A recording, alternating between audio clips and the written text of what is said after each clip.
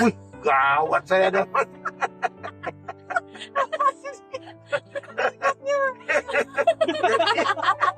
Masih ingat. Mas, terus memang si Antonnya ini ada gini-gininya.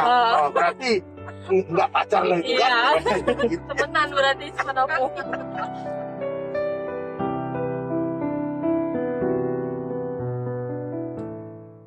Merasakan dengan. Nah, hari ini kita akan ketemu nih sama, siapa nih yang ada di depan aku sekarang? Tentunya, Dongan udah paling tahu dong siapa yang ada di hadapan kita sekarang. Ayo, Opung, say hi dong sama teman-teman yang Hai ada di sana. teman-teman yang ada di seberang sana. Horas. Horas, kami baru pulang dari AKBP Tanjung Lago. Nah, kita baru saja mengunjungi KBP Tanjung Lago dan kita akan kembali ke kota Palembang. Selama di perjalanan kita akan berbincang-bincang mengenai antara apa ya? Antara opung guru sama opung pengurus, ada hal-hal yang romantis yang pernah dilakukan atau kisah-kisah lainnya. Stay tune terus dalam podcast ini ya. Nah, Dongan, untuk kali pertamanya kita akan tanya nih, gimana ya pendapat Opung Porus tentang kota Palembang? Kota Palembang yang indah, sungguh menyenangkan para pengunjung, termasuk saya. Apalagi karena Palembang itu di bawahnya harta kekayaan yang memperkaya Indonesia. Di atasnya juga kota yang mengatur beraneka prakarsa di bumi Sumatera Selatan. Jadi senanglah bisa datang di Palembang, apalagi ya disambut oleh teman-teman seiman di sini, warga KBP. Malah para pemudanya senang banget ketemu kami. Kira-kira begitu kesan saya mengenai Palembang. Kalau Opung udah makan belum ini namanya pempek dari Palembang? Gimana? Udah cicip? Dulu sudah, tapi dulu yang sudah. diproduksi minggu ini belum. Jadi Oke. nanti mudah-mudahan ada peluang lah makanan pempek. Makan pempek jangan lupa pakai cukonya ya. Oh, Emang cukup. ya? Karena pempek tanpa cuko itu rasanya hambar, Opung. Oh, iya. Pempek dulu pernah dibawa oleh kawan yang kampungnya di sini ke tempat kami. Dan itu makanan malam saya, pempek yang disiapkan kekasihku ini. Sungguh romantis kan teman-teman. Aku di sini merasa sendirian ini. Oke, seperti kita tahu bahwa banyak sekali perjalanan pendidikan dari opung kita ini. Kita mau tahu nih, perjalanan dimulai dari sekolah dasar sampai bisa menjadi orang pertama di HKBP sedunia nih. Boleh cerita nih untuk Dongan kita yang di sana ya, Opung ya? Iya, aduh, ingat masa lalu waktu saya kecil ya, saya sebenarnya lahir di perkebunan di Bajambi. Ya, ibu saya sudah meninggal waktu saya masih berusia 5 tahun. Kemudian ayah saya menikah dengan ibu Boru Simanjuntak, dan keseluruhan keluarga kami itu ada 11 orang. Nah, saya SD di kampung saya di Bajambi, di mana saya dilahirkan. Juga SMP-nya juga. Tapi setelah SMP, saya tadinya bercita-cita mau masuk SMA untuk menjadi polisi, masuk Akabri. Tapi rupanya karena orang tua saya tidak sanggup menyekolahkan saya, akhirnya paman saya yang menyekolahkan saya di Siantar, tapi tidak di SMA yang saya cita-citakan. Saya dimasukkan ke pendidikan guru agama. Itulah masa saya sampai SLA itu. Cukup sampai SLA kan? Atau terus sampai ke S3? Oh iya. Nah, waktu saya tamat SLA PGA itu, saya minta mau kuliah kepada bapak saya di bidang keguruan di Universitas AKBP Nomensen Siantar. Tapi bapak saya bilang, maaf Mang, saya sedang sakit-sakitan, saya tidak bisa menyekolahkanmu. Menganggurlah saya 1 tahun. Apa yang saya lakukan waktu menganggur? Ya, saya bertani, ya, juga memelihara B2 di satu tempat yang harus saya sepedain sekitar 1,5 jam. Dengan sepeda inilah saya memberi makan B2 kami yang jaraknya cukup jauh selama 1 tahun. Nah, pada waktu itu sebenarnya saya ingin mengajar di SMP karena sudah punya ijazah pendidikan guru agama, tapi itu tidak jadi karena tidak ada peluang di kebun. Ya saya menganggur lah 1 tahun. Kemudian setelah itu paman saya yang hidup di Papua pulang kampung untuk melihat abangnya, maksud saya paman itu bahasa Indonesia tapi bahasa Batak, bapak udah saya yang paling bungsu, pulang ke kampung melihat bapak saya. Lalu dia tanya ayah saya, gimana ini anak kita ini, apa nggak bisa sekolah dia? Ya saya nggak punya uang untuk menguliahkan dia, kata papa saya. Lalu paman saya ini, bapak udah saya bilang, ya nanti saya bantu sekolahkan saja, janji ya, katanya. Iya janji, katanya. Lalu saya testing lah, tidak lagi ke keguruan, tapi ke kependetaan di Siantar, sekolah tinggi teologi AKBP di sana. Kami waktu itu ada yang testing ratusan, tapi hanya 50 yang diterima. Nah, itu pun sudah dari berbagai gereja. Nah, di sana saya tekun belajar. Mulai semester 2 saya pemuncak terus, nomor 1. Sehingga saya dapat beasiswa untuk membayar uang asrama saya. Karena orang tua saya tidak punya duit untuk membayar uang asrama setiap bulan. Nah, karena dia petani biasa, ibu saya dan bapak saya buruh kasar di perkebunan. Dia tidak cukup untuk menyekolahkan saya. Jadi sekali setahun sajalah dia bisa membayar uang kuliah saya ketika ibu saya panen pertaniannya, padinya, yang dipinjamnya tanahnya dari paman saya, tulang saya. Nah itu, jadi sampai 6 tahun saya terus nomor 1. Nah, karena saya belajar dengan baik, tekun, bukan karena saya pintar, hanya karena ketekunan. Akhirnya dosen saya waktu itu, dan itu ditopang oleh pimpinan HKBP waktu itu, pengurus kita S.A. Nababan, sekretaris jenderalnya Simorangkir. Saya langsung disekolahkan ke Inggris tanpa harus praktek dulu atau melamar dulu menjadi calon personel HKBP. Saya disekolahkan ke Inggris. Terlebih dahulu saya belajar di Cambridge.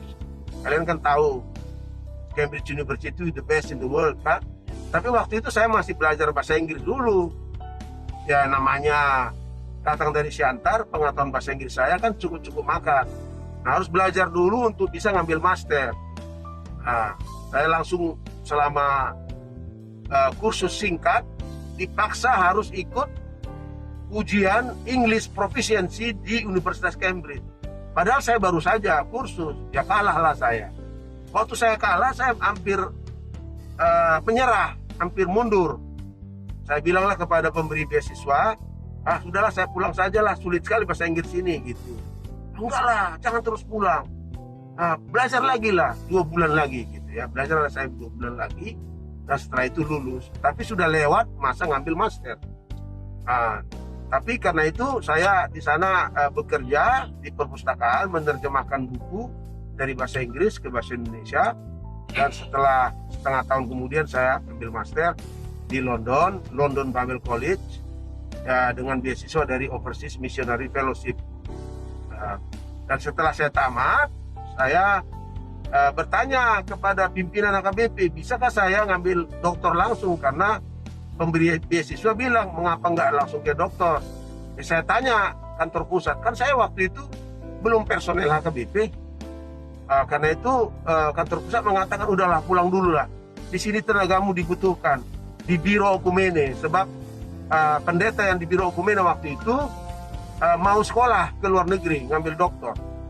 Maka saya disuruh pulang aja lah, katanya. Pulanglah saya dan melamar menjadi pendeta di AKBP lewat ujian testing. Nah, setelah saya lulus dan dipersiapkan selama 3 minggu untuk ke jemaat, saya ditempatkan di Sipoholon, di Lumban Beringin namanya itu, ada jemaat di sana. Di sanalah saya bertemu dengan kekasih saya itu waktu itu, Miss.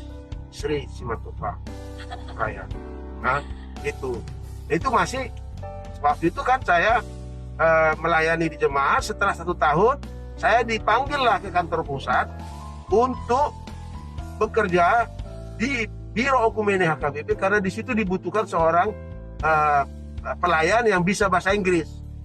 Nah, karena saya baru pulang dari Inggris, saya yang paling mampu berbahasa Inggris waktu itu di seluruh pelayan HKBP. Nah, saya bertugas di sana dan setelah hampir 1 tahun terjadi krisis HKBP yang kalian ingat ya, 92, 93 sampai 98. Nah, pada waktu itu saya bertugas sebagai sekretaris khusus Epurs Nababan.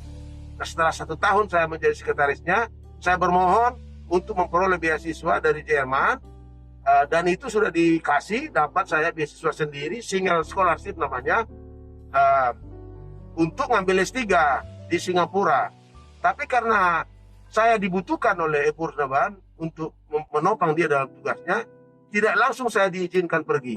Hanya setelah 3 tahun setelah beasiswa disetujui, baru saya pergi ke Singapura belajar dengan tempat studi lanjutnya di Cambridge, di mana ada pusat penelitian Alkitab yang paling besar di dunia di sana, nomor 2 setelah Roma. Waktu itu Yerusalem belum menjadi pusatnya. Nah, di sanalah saya penelitian lanjut untuk menyelesaikan disertasi saya yang bisa saya selesaikan studinya itu kurang dari 3 tahun. Karena saya agak disiplin bekerja, belajar dari pagi sampai malam sehingga bisa saya menyelesaikan. Itulah riwayat pendidikan saya S3. Jadi kalau lihat dari keseluruhannya ini, itu semua tidak karena orang tua saya mampu, tidak juga karena saya pintar, tapi memang karena ada rencana Allah dengan hidup saya. Dia membantu supaya saya bisa studi di STT, bisa S1, S2, S3. Kira-kira begitu. Ya, terima kasih. Saya hubungnya ternyata dari sampai S3 itu beasiswa semua ya? Betul. Wow. Betul, beasiswa. Karena bapak saya miskin kan, nggak punya apa-apa dia. Berbicara tentang orang tua, biasanya kebanyakan sih kalau anaknya pendeta itu karena berkaca dari orang tuanya yang pendeta ya, Mang. Iya. Tapi ciri khas dari Amang ini ternyata Amang bukan anak dari seorang pendeta ya? Oh, bukan. Bapak saya itu gini, kekristenan di keluarga saya, opung saya itu kekristenannya masih setengah-setengah. Dia masih datu bolon malah. Tahu datu ya? Datu bolon. Kemudian ayah saya kekristenannya masih seperempat waktu saya masih remaja. Ngerti seperempat ya? Ya, di sekitar rumahnya itu masih ada ditanam bule-bule ya, penjaga rumah waktu itu. Tapi setelah saya masuk ke sekolah pendidikan guru agama, apalagi setelah saya ke sekolah tinggi teologi, mulai dia makin 100% kekristenannya. Nah itu, jadi kalau kita lihat dari sini ya, hebat juga Tuhan itu. Dia mengangkat seorang seperti saya menjadi pengurus HKBP, padahal dia dari keluarga miskin, padahal dia dari kekristenan generasi ketiga, keduanya pun tidak sangat bulat ya. Nah, tapi itulah Tuhan itu. Dia meninggikan orang-orang yang sebenarnya di mata dunia ini tidak ada artinya, ya. Nah, kira-kira begitu kesaksian saya. Oke, tadi sih dengar cerita Opung ketemunya itu sama Opung Boru saat Opung melayani di suatu gereja ya, Opung. Iya. Nah, tapi Opung, aku juga udah dengar cerita nih dari Opung Boru, kalau saat itu Opung sih masih punya kekasih. Betul, itulah kan saya begini. Saya seorang Kristen yang taat lah, gitu ya. Taat artinya kalau saya pacaran satu-satu. Oke, satu-satu. Nah, waktu saya misalnya masih SLA, satu pacar saya. Setelah saya masuk ke STT HKBP tingkat 2, saya putus karena dia mau menikah. Nah, dia nggak sabar menunggu saya. Nah, setelah saya mau tamat dan mau sekolah ke Inggris, nah saya pacaran lagi dengan seorang yang lain. Tujuan saya apa? Tujuan saya waktu itu adalah saya pacaran 2 minggu sebelum berangkat supaya nanti di Inggris saya tidak tergoda oleh kebebasan hidup di Inggris ya. Nah, jadi saya di sana setia selama lebih 2 tahun. tetap saya menulis surat dengan pacar saya waktu itu di Indonesia. Akhirnya yang lucu itu kalau dia bikin surat kan sebenarnya alamat surat kan harus ke saya saja ya. Di dalam surat baru mengatakan my dear kan gitu. Tapi waktu itu kami nggak tahu bahasa Inggris, dia kan dibuat di amplop surat Dearest Robinson putar-putar. Ya kan? Nah, itulah. Jadi saya setia, pulang saya ke Indonesia dan saya langsung ditugaskan di sana. Nah, saya betul-betul mau berbuat yang terbaik untuk jemaat yang saya layani, dan saya tidak punya waktu lagi untuk pacaran, ngerti ya? Nah, waktu saya pulang ke Siantar untuk meminjam buku dari perpustakaan, untuk saya pakai mengajar di sekolah pendeta yang ada di Seminarium Sipaulon, karena saya di samping memimpin jemaat, mengajar juga di sekolah pendeta, karena keahlian saya ya sebagai lulusan dari Inggris. Nah, waktu itu kalau saya ke Siantar, pinjam buku, tapi tidak pergi ke rumah pacar saya, karena nggak sempat ya. Nah, saya misalnya hari Minggu sore seperti ini, nanti malam jam-jam 8 saya naik ALS atau Bintang Utara dari Tarutung ke Siantar. Itu tiba di sana di Siantar jam 6. Nah, waktu itu kan singgah-singgah di sana di Belige di mana gitu ya. Jadi setelah jam 6 saya nginap di rumah bapak tua saya. Nah, setelah sarapan langsung ke perpustakaan, ya, pinjam buku, langsung pulang ke Sipolong, karena jam 3 sore saya ngajar anak-anak kecil, anak-anak sekolah minggu untuk belajar bahasa Inggris. Saya ajari mereka dengan intensif. Nah, karena itu tidak ada waktu pacaran, maka pacar saya waktu itu gelisah. Ini terus nggak? Kan gitu. Nah, pada waktu itu datang ini, si cantik ini kan, bersama 2 kawannya yang lain. Dengan maksud untuk pinjam gereja tempat mereka melakukan Natalan. Natalan. Karena saya kan guru pemimpin jemaat, tapi saya tidak pendeta resort. Pendeta resort melarang mereka memakai gereja karena melelang. Gak boleh lelang kata pendeta. Padahal kan harus lewat lelang mereka bisa dapat dana untuk membiayai biaya Natal itu. Maka mereka datang ke rumah saya memohon supaya mereka diizinkan ke gereja. Kan saya yang pegang kunci. Nah, disitulah saya berkenalan dengan dia. Nah, waktu itu kan saya masih punya pacar. Jadi kami hanya sahabat selama 3 tahun. Sahabat tanpa ada kata I love you, kan? Nah, hanya sahabat, ya namanya sahabat lah. Gitu. Nah, sewaktu saya masih di Jakarta, sewaktu terjadi krisis HKBP, saya kan ikut gerakannya Nababan Group ya waktu itu. Nah, waktu itu saya masuk penjara kan, penjara militer di Medan karena menolak SK Bakosta Nasda waktu itu. Nah, di sana dia mulai berdoa, di mana si Robin itu gitu. Mulai rindu ya Bang? Enggak tahu lah apa dia. Nanti kita tanya, nanti kita klarifikasi iya. Dia apa? Terus saya lari ke Jakarta kan, menyelamatkan diri karena kami diburon terus oleh tentara waktu itu. Nah, di Jakarta saya pun menulis surat. Kan itu sudah putus ya, calon saya itu sudah menikah. Nah, saya menulis surat kepadanya. Saya bilang, Sri, saya mau mengatakan I love you. Bagaimana jawabmu? Gitu ya. Kalau kau menjawab negatif, maka larilah saya menabrak mobil, saya bilang. Ya kan, agak bodoh juga ya. Tapi begitulah saya katakan di surat ini. Memang tulisan saya agak jelek waktu itu, seperti tulisan dokter, jadi nggak semua mungkin. Sampai sekarang juga. Sampai sekarang ya, umur ya. Ya, itu. Tapi dia jawabnya yes, I love you. Rupanya sebelum menerima surat itu dia sudah memikirkan saya. Nah, Ini Opung yang terlalu percaya diri atau gimana ya ngedongan ya? Oh. Coba kita tanya aja lah langsung sama Opung Boru gimana? silakan. Nih Opung Boru, gimana sih Opung Boru bisa melihat Opung ini sebagai lelaki yang wah ini sepertinya pujaan hati saya nih. Apa sih yang bisa Betul. bisa Aku diam aja ya. Saya dan Rio udah tutup mata sambil berbunga-bunga. Ayo boleh diceritain ya Opung. Ya kalau saya sih setelah kejadian itu ya krisis HKBP itu mulai merebak. Saya memang mencari dia karena saya dengar banyak sekali yang ditangkapi kan, lalu dipenjarakan. Gitu.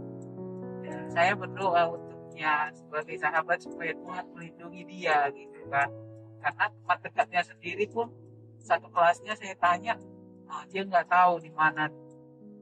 Jadi dalam proses itu saya kan waktu itu di Sipoholon, di rumah mama. Kebetulan saya pulang, ya saya berdoa kiranya Tuhan beritahu saya gitu di mana dia gitu ya. Itu udah doa saya. Lalu di Sipoholon saya bermimpi. Nah, dalam mimpi saya terima surat ya.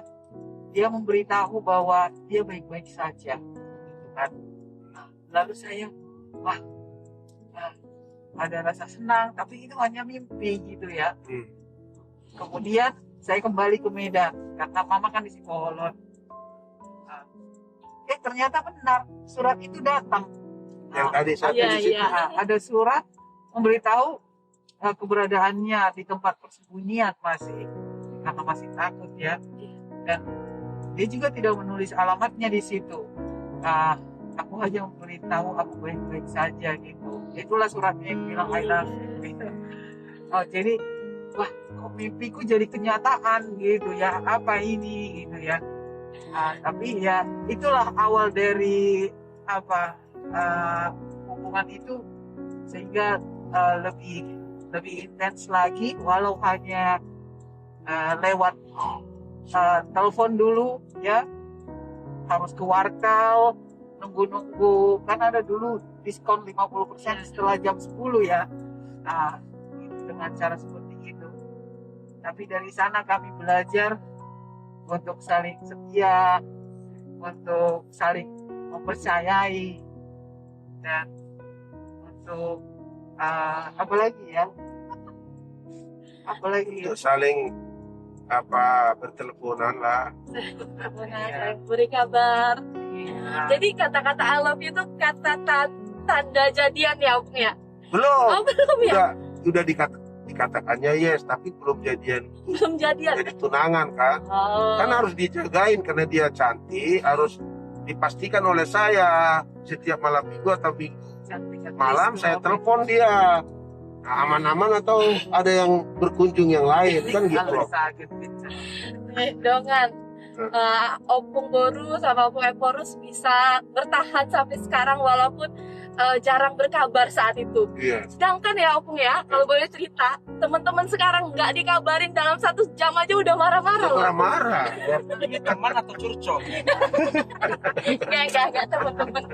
Pasti sudah ngerasain kayak gitu, luar biasa ya. Harus sabar, waktu itu saya kan di Jakarta, dia di Medan. Ya saya hanya telepon kan. Itu pun belum tentu dia di rumah. Karena di rumahnya ada telepon, di rumah bapak udahnya di Medan. Harus sabar. Jadi memang saya sangat mencintai dia waktu itu, sehingga ada yang lucu. Saya kan bertugas di Jakarta, dan kalau udah malam kami pulang dari tugas naik mobil ya di Jakarta. Nah, kenal nggak sekarang Ketua Umum PGI Pendeta Gomar Gultom? Oh iya. Itu kami bersama waktu itu. Kami naik mobil lah. Lalu saya lihat di Jalan Gatot Subroto, patung Pancoran, Gatot Koco kan ada. Wah, dari kali aku bang sama Sri, saya bilang gitu kan sama dia. Nah itulah kalau kau cinta ini, ada kucing di jalan pun kau bilang itu si Sri katanya. Itulah diledekin lah saya sama dia. Rindu. Iya. Nah, gimana cara bertemunya? Saya pakai akal lah. Waktu itu kan nggak boleh kami asal keluar kota aja. Nah, saya bilang lah, saya lah yang membawa amanah AKBP ke Sumut untuk dibagikan. Naik ALS lah saya. 2 hari naik ALS kan. Nah, jadi namanya perjalanan kan nggak mandi dari jalannya. Saya janjian mau ketemu dia di tempat kerjanya, waktu dia udah kerja dia di perusahaan Kobelco ya di Medan sebagai sekretaris lah di sana. Nah, saya datang ke sana dengan bau dia pun lihat, wih, tapi karena dia cinta juga ya, Jadi peluk juga saya. Kawan cari kerjaan, ngantar buku almanak kan, Iya, untuk bertemu itu. seorang opung. Iya, waktu itu saya kan udah pendeta waktu itu saya. Iya. Gitu kan. Nah, tapi suatu ketika dia wisuda kan. Mau wisuda di USU waktu itu wisuda D3 ya saya. D3 sastra Inggris. Saya pun minta izin lah dari Epurus Nababan untuk bisa ke Medan. Waktu itu ada para senior yang lain di situ. Lalu dia tanya saya, oh iya, apa jalanmu sana? Ya sudah ada tabung-tabung tuh dari Balajoku ya naik pesawat laku. Oh hebat kau ya, katanya. Apa hebatnya pun?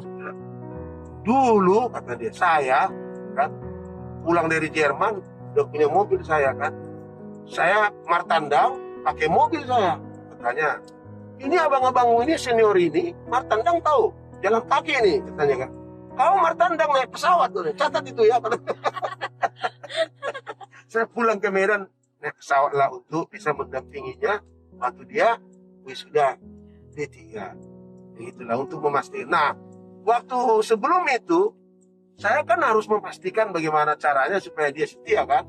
Saya tanyalah seorang sahabat di Medan, gimana caranya supaya dia terikat terus sama saya? Saya bilang, oh dinasihatinlah saya, belilah kalung, buatlah di kalung itu I love you, Robin gitu kan. Hah? Your initial. Oh, my initial R. Oh iya, aku kirim lah sama dia. Ya udah terikat dia dipakai kan. Nah itulah caranya. Jadi pernah ada yang menarik lah dia, izin ya sang ya. Nah, waktu itu saya telepon, dia nggak ada di Medan, kamar Medan. Oh, udah itu gini saya. Besoknya minggu malam saya telepon lagi. Di mana tadi malam sini gitu kan? Dia terbuka, dia bilang, saya pergi ke Brastagi. Dengan siapa? Dengan laki-laki. Siapa namanya? Sebutlah Anton gitu ya. Wih, gawat saya dapat.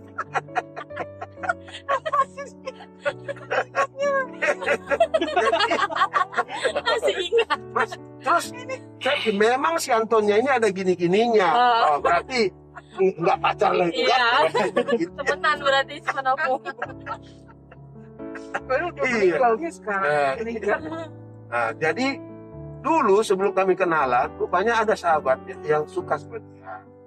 Tapi dia Advent, ya Advent. Dia ada si Guraus. Iya, susah. Du brauchst das gar nicht. Oke, sorry. Meine Frau, Sri bilang jangan teruskan yang itu. Oke. So I stop it. Stop. Nanti saya dicubitnya di rumah. Habis tadi. Oke, opung boru. Nah, opung boru ini kan mungkin sudah mengikuti perjalanan opung Epurus kita kan.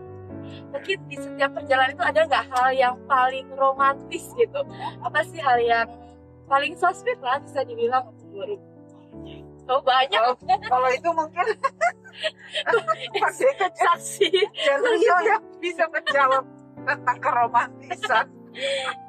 Pasti ada dong hal yang paling Karena diingat. Saya nggak merasa bahwa sesuatu itu romantis. Misalnya kalau kami pegang tangan juga ya, itu udah terbiasa gitu.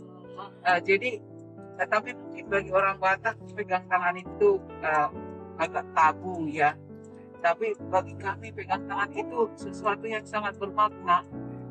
Ada energi yang mengalir di pegangan ini ya. Kalau kita letih, kesal, marah, atau apa, pegangan tangan itu sangat membantu itu buat kami ya. Jadi Dengan tangan menyembuhkan marah. iya. Jadi kalau Amang ini pun marah sama saya, dia juga antar sama dari tiup tanganku gitu. Dia mau berdamai gitu kan. Nah, jadi banyak sekali artinya pegangan tangan itu buat kami. Jadi dan itu bukan sesuatu yang romantis lagi bagi saya, bagi kami gitu ya. Bahkan itu kan sebagai kebutuhan untuk bagaimana mengalirkan energi ketika kita membutuhkannya. Jadi segala hal yang dilakukan itu biasa, tapi menurut orang itu romantis. Oh, itu Jadi ya. silakan teman-teman yang di rumah komen di bawah ini romantis atau enggak ya. Kameramen kita sampai noleh ke depan tuh. Gak mau melihat keromantisan ini. Ya. Oke, tentunya di balik setiap perjalanan manis ada nggak perjalanan sulit atau perjalanan yang bisa dikatakan, oh ini masalah sulitnya kita berdua, ada nggak itu? Aku Guru atau Om Boris yang jawab itu terserah. Yang sulitnya bagi saya adalah kalau Amang ini kan bepergian, saya selalu ikut dalam acaranya. Artinya di sana juga saya ikut mendoakannya, gitu ya, supaya acara itu berjalan dengan lancar, berlangsung dengan baik. Tapi juga ada godaan tentunya dari dalam diri. Aduh, lama sekali ya. Misalnya kalau pembinaan kan hal yang sama juga dibicarakan di sana, di sini gitu kan. Tapi itu semua harus saya ikuti gitu. Jadi melatih diri untuk bisa tetap menjadi bagian dari pelayanan ini itu sesuatu yang masih dan terus harus dipelajari. Karena memang di setiap tempat itu selalu ada tantangan yang berbeda gitu. Jadi di sana juga kita belajar menyesuaikan diri dan berdoa. Ya, itulah melatih. Kalau saya ada dua contoh yang sulit. Yang pertama adalah waktu kami studi di Singapura ya, tahun pertama. Waktu itu kan kami baru menikah 2 minggu setelah menikah kami ke Singapura. Dan setelah saya tiba di Singapura langsung intensif belajar. Nah waktu itu dia merasa tidak berguna. Ngapain saya di sini? Kamu terus ke perpustakaan. Nah itu berat. Dia bilang udahlah pulang aku. Biar aku kerja aja di Indonesia. Itu berat. Yang kedua adalah waktu kami di Inggris 8 bulan. Studi lanjut ya untuk penelitian saya. Waktu itu kan dia di rumah, kami sewa rumah. Saya setiap pagi berangkat ke perpustakaan, pulang malam. Nah waktu itu anak-anak masih kecil, ada si Martin ya masih kecil. Nah dia antar ke sekolah, ya setelah itu dia sendiri di rumah. Saya terus di perpustakaan. Nah itu membosankan juga bagi dia. Nah, sementara saya fokus sekali itu belajar. Kalau weekend saya nggak mau aja misalnya ayo ke Skotlandia, ayo enggak, saya belajar terus supaya selesai on time kan gitu. Nah nggak pernah kami libur. Nah waktu kami sudah selesai studi, saya pulang ke Piaraja ngelapor ke Epurus Tauruk sebagai Epurus.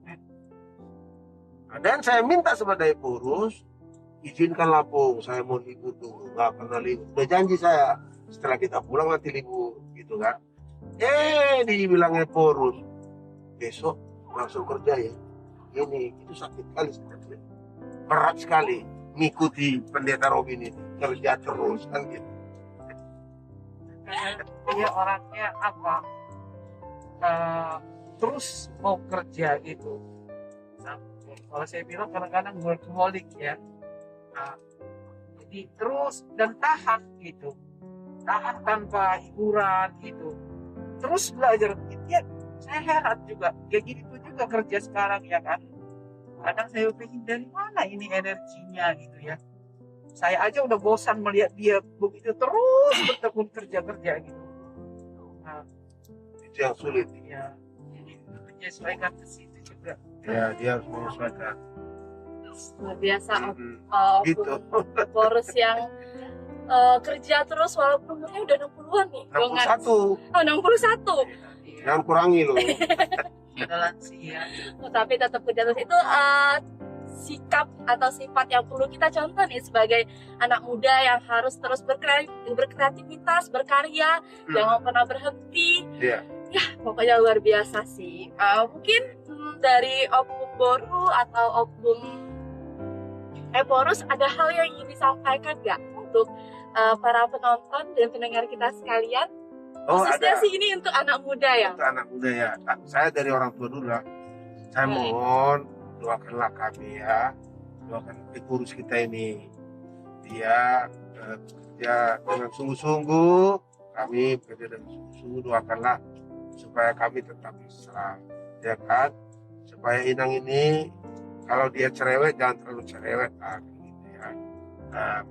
Itu penting kemesraan hubungan suami istri dari seorang Eporus dengan istrinya. Karena kalau dia marah sama saya nggak bisa saya bekerja. Marahan setengah hari aja saya nggak sanggup. Nggak sanggup. Nah, jadi doakanlah ya, itu yang pertama. Yang kedua, begini, tadi saya di Tanjung Lago mengatakan kepada warga jemaat kita, ini HKBP itu sangat berharga di mata Tuhan Yesus Kristus. Kita sangat disayanginya, kita diberkatinya, kita dipilihnya menjadi bangsa yang khusus di Indonesia. Nah, karena itu semangatlah sebagai anak-anak HKBP. Ya, dimanapun engkau berada, apapun yang sedang engkau lakukan, sadarlah bahwa engkau pemuda HKBP, remaja yang sangat dicintai oleh Tuhan kita Yesus. Nah, dalam semangat itu, mohonlah di era digital ini ya, kalian semakin kompak, semakin terjejaring, saling menopang, saling membantu kawan-kawan yang membutuhkan bantuan. Jenis-jenis bantuan itu beraneka, bisa saja kesediaan berbicara, kesediaan mendengar, untuk kawan curhat, atau yang lain-lain bisa. Tapi saya mohon, mari pemuda HKBP satu, apalagi pada tahun kesehatan ini, ya kita harus hati, sering berkomunikasi satu sama lain. Jangan sampai ada satu orang pun pemuda HKBP yang terlalu sulit menemukan sirokap nitodin, pasangan kekasihnya untuk ke depan. Padahal ada kita di mana-mana loh. Jadi harus saling terjejaring supaya bisa kita mengimani iman kita. Itulah dari saya. Nah, ini orang tua loh, kacamata orang tua begitu biasanya. Terima kasih. Terima kasih Opung Eporus. Opung Boru ada? Sepertinya apa yang mau aku katakan itu pula yang udah ini dibilangnya. udah satu hati ini agak sulit ya. Sehati dan sepikir dan Iya. sepegangan tangan teman-teman. Iya.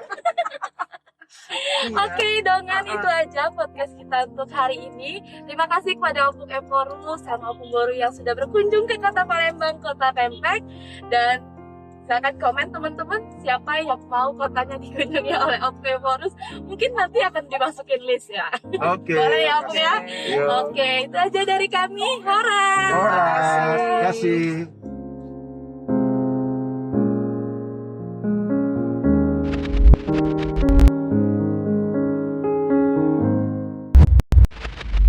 Terima kasih banyak, Pung. Iya, kita minum kopi lah dulu. Tapi nggak ada kopinya nih, bos.